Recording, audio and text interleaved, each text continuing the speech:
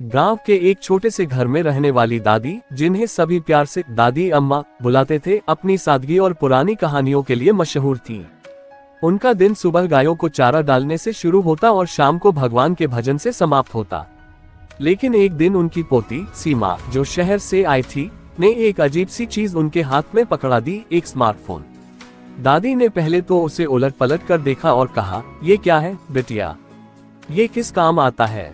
सीमा हंस पड़ी, दादी ये फोन है, इससे बात भी होती है और दुनिया भर की खबरें भी मिलती हैं। दादी को कुछ समझ में नहीं आया, लेकिन सीमा ने ठान लिया था कि दादी को स्मार्टफोन चलाना सिखाएगी। और यहीं से शुरू होती है दादी की स्मार्टफोन क्लास। दादी की पहली क्लास में ही दादी ने कुछ ऐसा किया कि सीमा अपनी हंसी रोक नहीं पाई।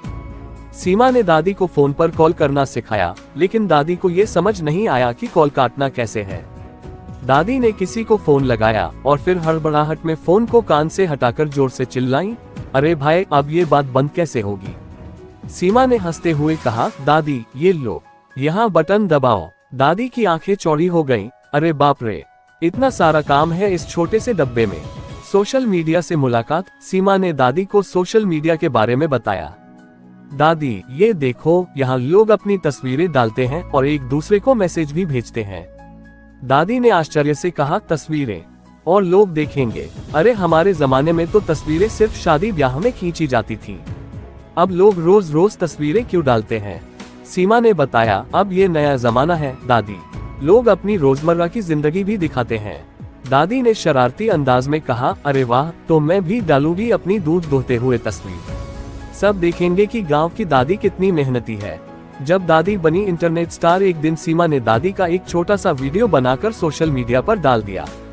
वीडियो में दादी खेत में काम कर रही थी और गांव के पुराने गीत गा रही थी। कुछ ही दिनों में वीडियो वायरल हो गया। लोग दादी की सादगी और उनकी जिंदगी से जुड़ गए। अब दादी के पास हर दिन हजारों लाइक और कमेंट्स आते थे। दादी ये देखकर हैरान थी, अरे लोग मेरे काम को इतना पसंद क्यों कर रहे हैं? सीमा हंसते हुए बोली, दादी लोग शहरों में ये सब भूल गए हैं, उन्हें आपकी जिंदगी देखकर सुकून मिलता है।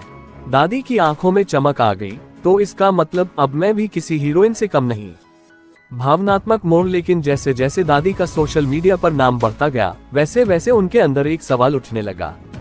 एक दिन उन्होंने सीमा से कहा, बिटिया ये सब तो ठीक है, लेकिन मैं अपनी असली जिंदगी भूलती जा रही हूँ।